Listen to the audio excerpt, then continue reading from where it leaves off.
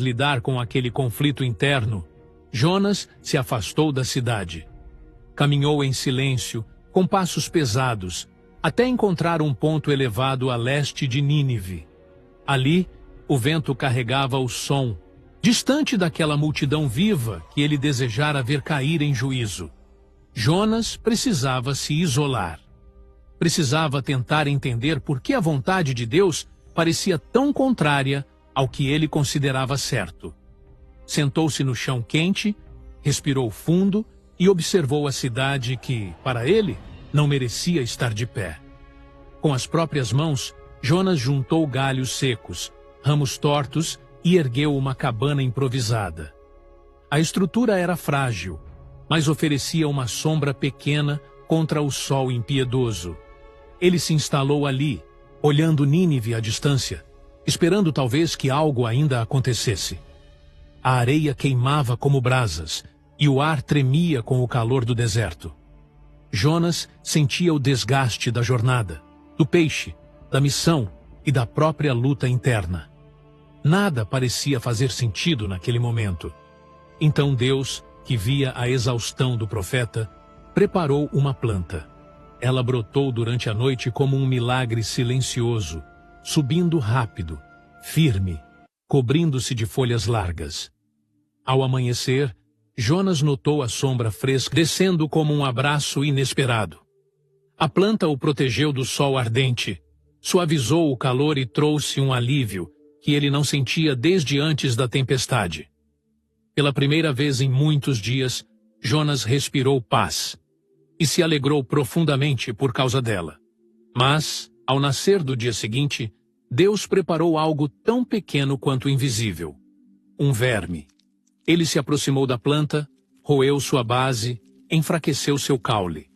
Quando o sol começou a subir, a planta já murchava. As folhas antes verdes pendiam, sem vida. Em poucas horas, aquela sombra que havia dado descanso desapareceu por completo.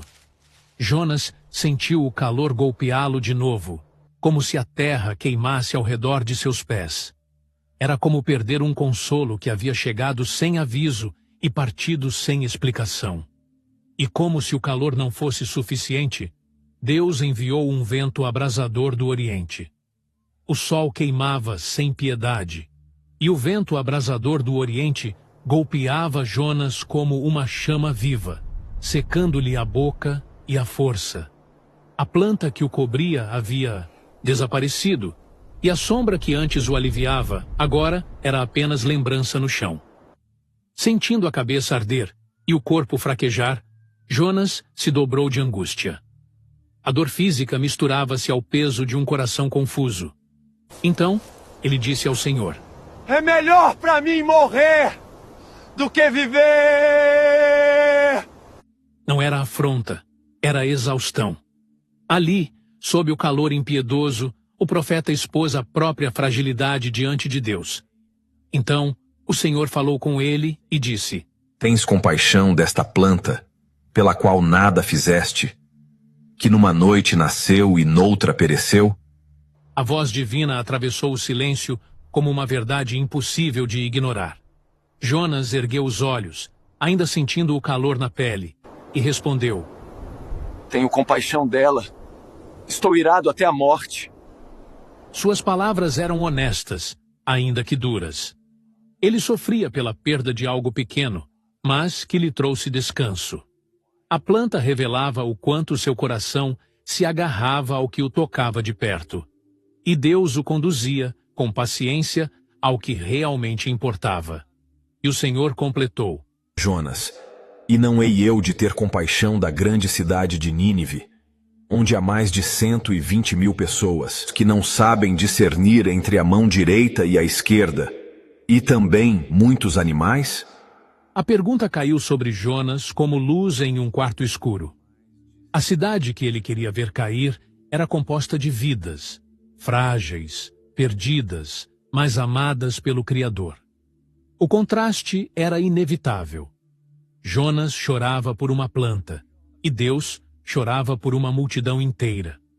O profeta permaneceu calado, sentindo a verdade atravessar seu peito. Ali, Naquele silêncio quente, Jonas começou a compreender a grandeza da compaixão de Deus. Ali sentado diante do vento e do céu, que a compaixão de Deus era maior do que ele imaginava. O Senhor não rejeita os que se arrependem de verdade, mesmo que antes tenham vivido no erro. Aqueles homens e mulheres de Nínive, tão perdidos em seus pecados, agora caminhavam sob nova luz. E Deus os havia perdoado com a mesma misericórdia com que um dia salvara Jonas do ventre do abismo. O profeta se viu exposto. Ele, que havia fugido, fora alcançado pela graça. Agora entendia o quanto fora ingrato diante do perdão que recebera. Então Jonas se levantou e caminhou em direção à cidade. Seus pés pisavam o mesmo chão que antes ele desejava ver em ruínas. Agora, Nínive estava viva. Havia crianças correndo pelas ruas, famílias reunidas, comércios reabertos, orações sendo murmuradas com reverência. As mesmas mãos que antes erguiam ídolos, agora se uniam em adoração ao Deus verdadeiro. Jonas não ouvia gritos, nem caos, nem promessas vazias. Ele via transformação. A cidade que conhecera o terror agora respirava a esperança. Ali, olhando para aquele povo que antes queria ver destruído, Jonas finalmente entendeu o que Deus queria lhe mostrar. A cidade tinha se arrependido, e Deus respondeu com perdão, assim como fez com ele no ventre do peixe. Jonas lembrou que também fugiu, também desobedeceu, mas foi salvo. Agora ele via que o Senhor era justo em dar nova chance àqueles que mudaram de verdade. Jonas sentiu vergonha por ter desejado a morte de quem Deus queria salvar. A bondade do Senhor era maior do que seu orgulho. E ali, ele aprendeu que quem é perdoado precisa aprender a perdoar. Me perdoe, pai. A história de Jonas não é apenas sobre um profeta e um peixe. É sobre alguém que tentou fugir do chamado de Deus. Ele achou que poderia escapar da vontade divina, mas Deus não desistiu dele. Mesmo em sua desobediência, o Senhor o alcançou com firmeza e misericórdia. A tempestade, o peixe, tudo cooperou para trazê-lo de volta. Deus não estava interessado apenas em sua missão, mas em moldar o coração do profeta. O ventre do peixe foi mais que um castigo, foi um lugar de restauração. Às vezes, Deus nos para, nos quebra, só para nos curar. Jonas queria misericórdia para si, mas justiça severa para os outros. Ele não entendia que o mesmo Deus que o salvou também queria salvar os ninivitas. A graça de Deus não faz distinção entre povos, raças ou histórias. Quem se arrepende de verdade encontra perdão. Mesmo a cidade mais cruel, quando se dobra diante de Deus, pode ser restaurada. Jonas teve que aprender que o amor de Deus vai além do nosso entendimento e que não cabe a nós decidir quem merece ou não ser alcançado. A salvação é para todos que se voltam sinceramente para o Senhor. A jornada de Jonas nos confronta com uma verdade profunda. É possível conhecer a Deus e ainda resistir à sua vontade. Podemos ser usados por Ele, mesmo carregando lutas internas. Mas Deus quer mais do que ação. Ele quer transformação. Jonas precisou ser quebrado por dentro para compreender o coração de Deus. No fim, o profeta viu que obedecer é mais que cumprir ordens, é se alinhar com o caráter do Criador.